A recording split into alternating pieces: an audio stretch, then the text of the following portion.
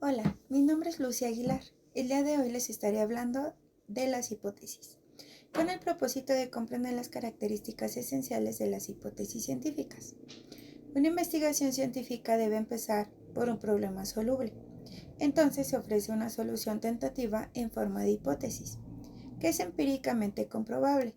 Debe ser posible determinar si la hipótesis es probablemente cierta o falsa. Si después de la experimentación se confirma la hipótesis, se resuelve el problema, pero si es probablemente falsa, es claro que no resuelve el problema. Puede decirse que una hipótesis confirmada que resuelve un problema explica otras cuestiones relacionadas con él. Supongamos que existe un problema porque poseemos un hecho aislado que necesita explicación. ¿Pero qué es un hecho? Hecho es una palabra común y como tal su significado es bastante vago.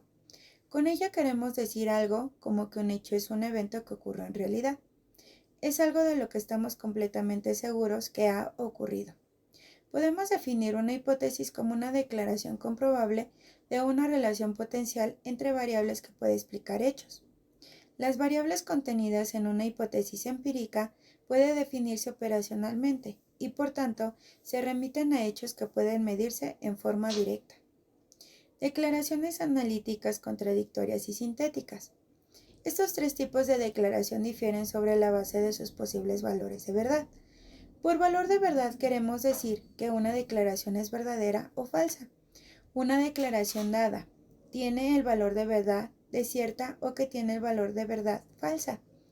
Así, una declaración analítica es una declaración que siempre es cierta, no puede ser falsa. Las hipótesis son declaraciones sintéticas. Esta declaración no es analítica ni contradictoria. Una declaración sintética puede ser verdadera o falsa. Por ejemplo, la declaración "usted es mayor que su hermano" puede ser verdadera o falsa. Las hipótesis son relaciones de sí, entonces. Una hipótesis es una declaración que relaciona dos variables, que son las condiciones antecedente y consecuente. A los símbolos A y B se les llama variables proposicionales. Una hipótesis propone una relación entre dos variables, por medio de la implicación general, de la manera siguiente. Si A es cierta, entonces B también lo es. Otra forma de plantear hipótesis comprende declaraciones matemáticas esenciales, como sigue, Y es igual en función de X. Es decir, una hipótesis planteada de este modo propone que determinada variable Y se relaciona con cierta variable X, o bien, en forma alterna, que Y es función de X. Una hipótesis así planteada matemáticamente embona nuestra definición general de una hipótesis, como declaración de que dos variables están relacionadas. Aun cuando las variables sean cuantitativas, sus valores se pueden medir con números. Pueden referirse a cualquier cosa que deseemos. En psicología, el paradigma clásico del planteamiento de nuestras leyes ha tenido la forma R es igual en función de E. En este ejemplo identificamos una variable respuesta que es R, que cambia sistemáticamente al variar al estímulo E. De este modo, aun cuando se haya planteado una hipótesis en forma matemática, esa forma sigue siendo básicamente de la relación si A, entonces B. En lugar de decir si A, entonces B, simplemente decimos si y solo si X tiene este valor, entonces Y tiene este otro valor. Todas las hipótesis tienen un carácter de probabilidad, ya que ninguna de ellas puede ser absolutamente verdadera o falsa. Aunque el objetivo del científico es plantear hipótesis que sean lo más universales posibles, debemos declarar explícitamente el grado de generalidad con que las afirmamos. Los tipos de hipótesis son: el primer tipo de la hipótesis universal, la cual afirma que la relación en cuestión se sostiene para todos los valores de todas las variables que se especifican, para todo tiempo y en todo lugar. La hipótesis existencial afirma que la relación planteada en la hipótesis se sostiene al menos para un caso en particular. Existencial implica que alguien existe. Los fenómenos especificados en las hipótesis existenciales son difíciles de observar, y no es fácil saltar de este tipo de hipótesis, sumamente especializada, a otra ilimitada y universal.